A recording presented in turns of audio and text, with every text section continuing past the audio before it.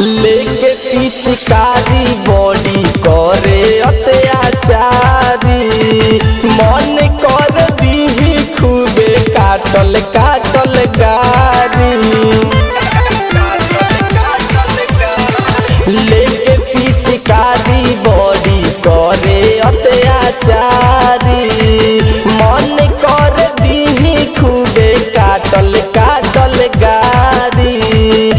कि पड़ल एकरा पतहरे बाछाया ए राजा, कि पड़ल एकरा पतहरे बाछाया ए राजा।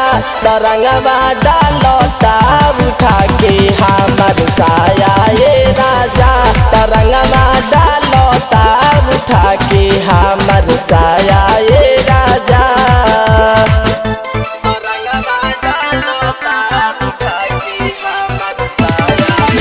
मिक्स बाय मालिक रिकॉर्डिंग स्टूडियो बड़े अमोर गोपालगंज।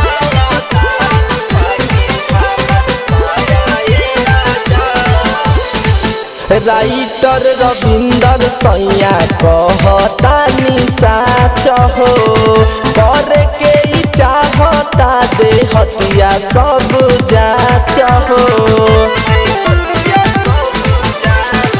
राइटर रविंदर सैया कहता साच हो, करे के ई चाहता दे हतिया सब जाच हो।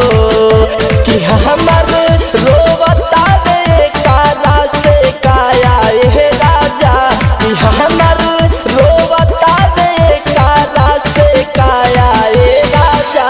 तरंगवा डालता उठा के हमर साया ए राजा, तरंगवा डालता उठा के हमर साया ए राजा।